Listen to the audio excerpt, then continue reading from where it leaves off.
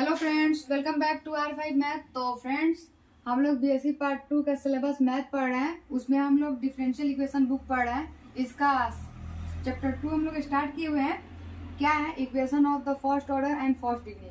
तो हम लोग इसको स्टार्ट किए हैं। तो इसमें कितना फॉर्म है? 7 फॉर्म है। तो फर्स्ट फॉर्म है वेरिएबल सेपरेबल। तो हम लोग वेरिएबल सेपरेबल पढ़ रहे हैं, यानी उस पे जो क्वेश्चन दिया हुआ है एग्जाम्पल सेट 2 उसी पे दिया हुआ है, वेरिएबल सेपरेबल पे ही दिया हुआ है। तो हम लोग एग्जाम्पल सेट 2 का क्वेश्चन अब सोल्व करेंगे, क्योंकि हम लोग वेरिएबल सेपरेबल का कॉन्सेप्ट देख चुके हैं। जो भी उसका कॉन्सेप्ट नहीं देखा है वो जाके पहले अपना कॉन्सेप्ट क्लियर कर लेगा। जो मैं क्वेश्चन सोल्व कर रही हूँ, हमें अंदाजा है कि आप लोग उस कॉन्सेप्ट को देखिएगा। उस पर मैं एग्जाम्पल भी सोल्व की हूँ 2, तो आप उस एग्जाम्पल को देखिएगा। तो ये जो एग्जाम्पल सेट 2 है ना, इसका ऑल क्वेश्चन आप लोग खुद सोल्व कर सकते हैं। और नहीं होगा तो मैं हूँ, और जिसे जल्दी सोल्व करना है तो वो मेरे टेलीग्राम इंस्टाग्राम पे फॉलो करे जाकर, और वहाँ पे मैसेज करें मुझे कि मुझे ये क्वेश्चन सोल्व नहीं हो रहा है, प्रॉब्लम है इसमें, आप हेल्प कीजिए, मैं कर दूंगी हेल्प। ओके, तो आइए हम लोग इस क्वेश्चन को सोल्व करते हैं।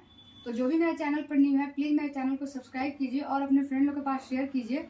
आप लोग मुझे सपोर्ट कीजिएगा तो मुझे अच्छा लगेगा। और इसी तरह मैं न्यू वीडियो, न्यू सोल्यूशन, आप लोग को न्यू चैप्टर स्टार्ट करते रहूँगी, और मैं उसका सोल्यूशन कॉन्सेप्ट सब बनाकर आप लोग को देते रहूँगी, उसका अच्छे से एक्सप्लेन भी करूँगी। तो अगर वीडियो अच्छा लगे तो कमेंट कीजिए, लाइक कीजिए, नहीं भी अच्छा लगे तो भी कमेंट कीजिए और लाइक कीजिए, और बताइए कि सोल्यूशन कैसे बनाया है। कहीं गलत सही कुछ भी हो सकता है, लेकिन पहले आप लोग इसका कॉन्सेप्ट क्लियर कीजिए, फिर गलत सही निकाल सकते हैं आप लोग। क्योंकि कभी कभी होता है कि हमारा कॉन्सेप्ट क्लियर नहीं होता है और हम अगला सोल्व देखते हैं तो कहते हैं ये गलत है। कभी कभी सोल्व गलत होता है और हमारा कॉन्सेप्ट क्लियर होता है। तो क्वेश्चन दिया हुआ है फर्स्ट के सेकंड नंबर में, x square d y by d x plus y is equal to 1। Okay, तो आइए हम इस क्वेश्चन को सोल्व करेंगे।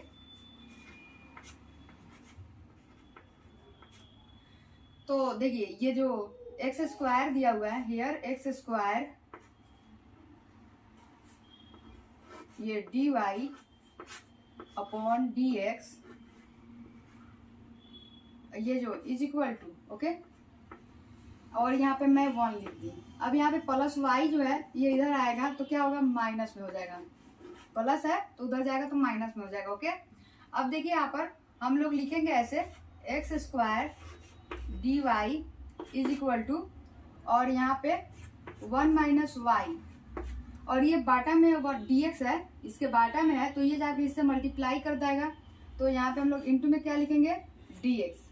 ओके, तो देखिए यहाँ पे dx है, यहाँ पे dy है, तो हम लोग यहाँ पे 1 माइनस जो y वाला पार्ट है इसको हम लोग y की तरफ भेज देते हैं और x की तरफ भेज देते हैं। ओके, तो यहाँ पे क्या होगा? dy अपॉन 1 माइनस y, ये ऐसे हो जाएगा, इज इक्वल टू, और ये क्या हो जाएगा? dx, माइनस नहीं है क्योंकि प्लस होगा यहाँ पर, तो प्लस ही रहेगा क्योंकि प्लस है यहाँ पर, और ये बाटा में एक्स स्क्वायर हो जाएगा। क्यों? क्योंकि यहाँ पे मल्टीप्लाई कर रहे हैं। वैसे यहाँ पे मल्टीप्लाई कर रहा है तो हम लोग इसको इधर भेजे हैं तो बाटा में आ गया है, वैसे ये मल्टीप्लाई कर रहा है, इधर जाएगा तो बाटा में आ जाएगा। ओके, इतना तो आप समझते हैं। अब हम लोग इंटीग्रेशन ऑन बोथ साइड लिखेंगे, तो उसको लिखने की कोई जरूरत नहीं है, आप देख लीजिए बीएससी पार्ट 2 में आ गए हैं, तो इतना लिखने की कोई जरूरत नहीं है, आप लोग समझ जाइए। तो ये आप समझ गए।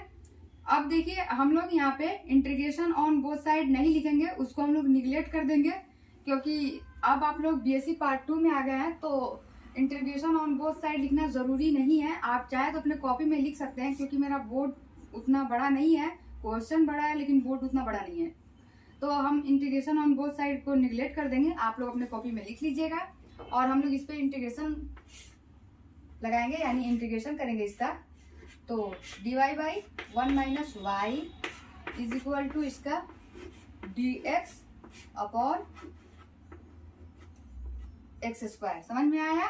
हो गया।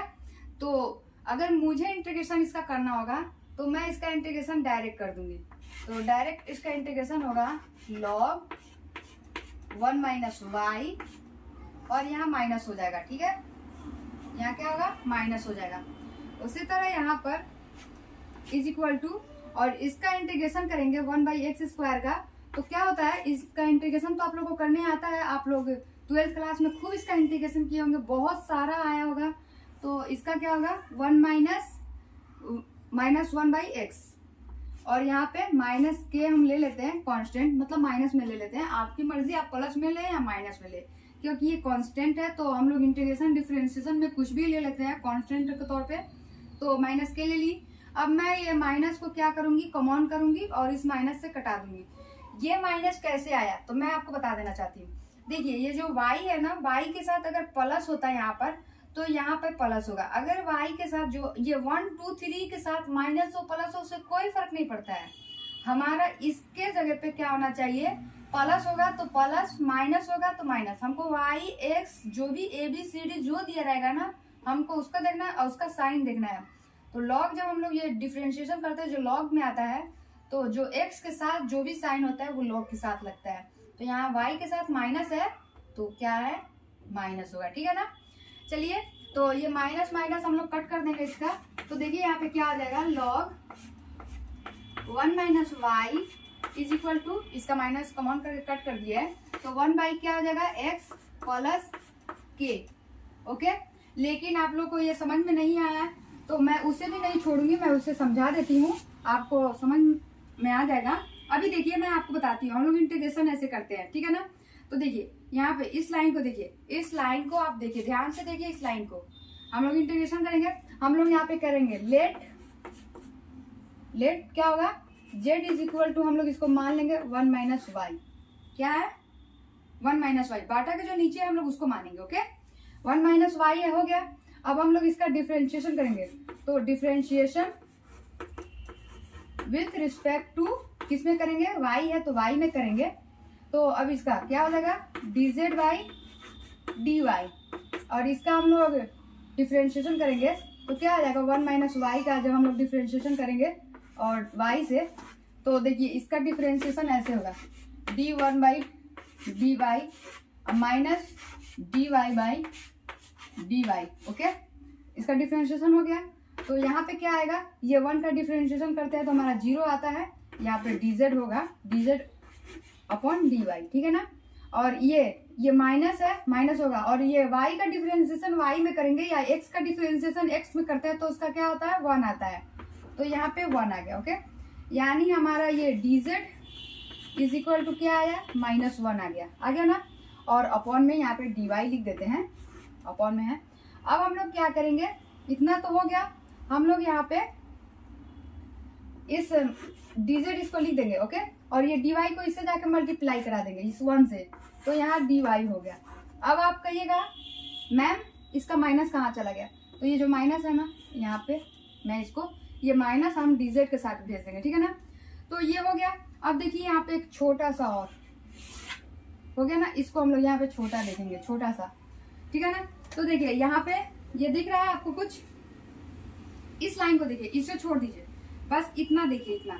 तो हम लोग ऐसे इंटीग्रेशन करेंगे, इंटीग्रेशन है यहाँ पर, इंटीग्रेशन है।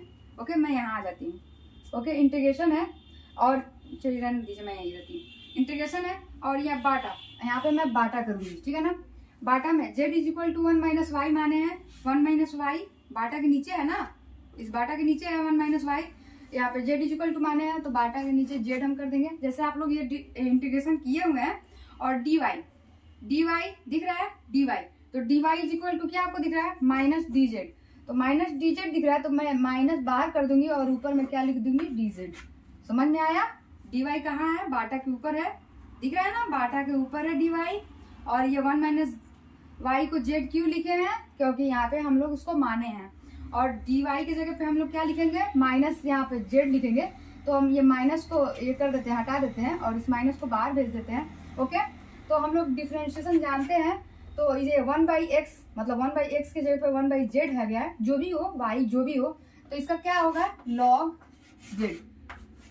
इंटीग्रेशन जानते हैं ना, 1/x का इंटीग्रेशन क्या होता है, यहाँ पे नीचे देखिए, इंटीग्रेशन 1/x का इंटीग्रेशन क्या आता है, log। आप कॉन्सेप्ट देखिएगा, आपको समझ में आ जाएगा। ओके, अब इतना किसी को नहीं समझ में आएगा तो उसका फॉल्ट है, क्योंकि उसका कॉन्सेप्ट क्लियर नहीं है, इंटीग्रेशन और पढ़ाई नहीं है। तो ये देखिए 1/x के जगह पे हम लोग z रखे हुए हैं, तो ये log z हो जाएगा। तो ये हो जाएगा log, और z के जगह पे हम लोग क्या रखे हैं, सॉरी यहाँ पे माइनस होगा, यहाँ पे इज इक्वल टू, यहाँ माइनस होगा। क्यों माइनस होगा? क्योंकि यहाँ माइनस है, यहाँ पे क्या है? माइनस है। ओके, वैसे ही हम लोग यहाँ पे इज इक्वल टू देंगे, यहाँ माइनस देंगे। क्या क्यों देंगे? क्योंकि यहाँ पहले से माइनस है। क्यों माइनस कैसे है मैं बता ही ना आपको। तो यहाँ पे जेड के जगह पे हम लोग क्या लिखेंगे? यहाँ पे देखिए 1 माइनस वाई। तो देखे, ये मैं डायरेक्ट इसको इंटीग्रेशन करके लिख दी। मैं अपने माइंड में कैलकुलेट किया। अगर आपका माइंड उतना कवर करता है तो आप कैलकुलेट कीजिए, लेकिन मैं यहाँ पे भी आपको एक्सप्लेन कर दी और ऐसे बना के भी आपको एक्सप्लेन कर दी। तो हम लोग जब इसका हम लोग जब किए तो हमारा कितना आया? इतना आया। कैसे आया? तो यहाँ पे उसका पूरा सोल्व है, आप समझ गए होंगे। चलिए मैं इसे मिटा देती हूँ, इतना तो आपको समझ में आ गया होगा।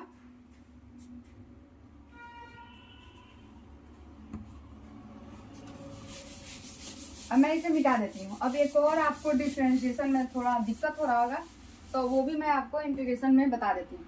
हम लोग एक फॉर्मूला पढ़े होंगे। इससे ये चैप्टर स्टार्ट करने से पहले मैं आपको इम्पोर्टेंट इंटीग्रल दी थी, तो उसमें हम लोग x के पावर n dx ऐसे हम लोग ये फार्मूला पढ़े हुए हैं। तो यहाँ पे क्या होता है? इसका x के power n plus 1 upon n plus 1। Okay, अब हम लोग देखिए यहाँ पे इस क्वेश्चन को यहाँ से लेते हैं, इस इंटीग्रेशन को अब हम लोग देखते हैं, ठीक है ना। इसी लाइन को हम लोग देखें, पहले इसको देख लिए, अब इसको हम लोग देखेंगे। तो इसका हम लोग कैसे लिख दिए, इतने का कंफ्यूजन होगा। लास्ट में अपना जो देखना चाहे देख सकता है। एक्स स्क्वायर हो गया, ठीक है ना। इसको हम लोग क्या करेंगे, ये एक्स को ऊपर भेजेंगे तो -2 dx हो जाएगा। ओके, हो जाएगा ना dx। अब हम लोग क्या करेंगे, इसका डिफ्रेंसिएशन इस पे रखिए, बिल्कुल इस पे है कि नहीं। n की जगह पे क्या है? -2 हम लोग पुट किए हुए, ठीक है। तो x n की जगह पे क्या पुट किया है? -2। n की जगह पे -2, तो n की जगह पे क्या होगा? -2 क्या है? +1 अपॉन नीचे n की जगह पे -2 +1। ओके, x के पावर क्या होगा? -1। -2 में +1 जाएगा, कितना बचेगा? -1 अपॉन यहाँ पे वैसे होगा -1। ओके, तो ये क्या हो जाएगा? x के पावर -1 और यहाँ पे क्या हो जाएगा? माइनस। ये माइनस ऊपर चलाएगा, बाटा में 1 है इसका। अब हम लोग इसको कैसे लिखेंगे? 1/x, और यहाँ पे हमारा माइनस है। इसको जो ये पावर -1 होता है उसको हम लोग x को नीचे भेज देंगे तो मेरा 1/x हो जाएगा। समझ में आया इतना आपको? ये जो नीचे जाता है तो ये पावर क्या हो जाता है? प्लस में चेंज हो जाता है। तो देखिए -x कैसे आया, इसका इंटीग्रेशन करने पे आपको मैं यहाँ पे पूरा एक्सप्लेन कर दी हूँ, तो आप देख लीजिए। और -k कैसे आया, तो ये कांस्टेंट है। आप लोग जानते हैं कि हम लोग इंटीग्रेशन पढ़ रहे हैं या डिफरेंशिएशन, दोनों जो भी पढ़े उसमें हम लोग को कांस्टेंट लेना पड़ता है। k लें, c लें, जो आपको जो मन में है सो लीजिए। ओके, तो ये आप लोग को एक्सप्लेन करने के लिए था। तो ये है आप लोग का आंसर। तो हम लोग यहाँ पे लिखेंगे एक छोटी सी बात, where k is constant of integration. तो ये हमारा क्या है? आंसर है। आई होप आपको ये समझ में आ गया होगा। अब मैं नेक्स्ट वीडियो में ऐसे ही आगे का सलूशन बताऊंगी। Bye friends.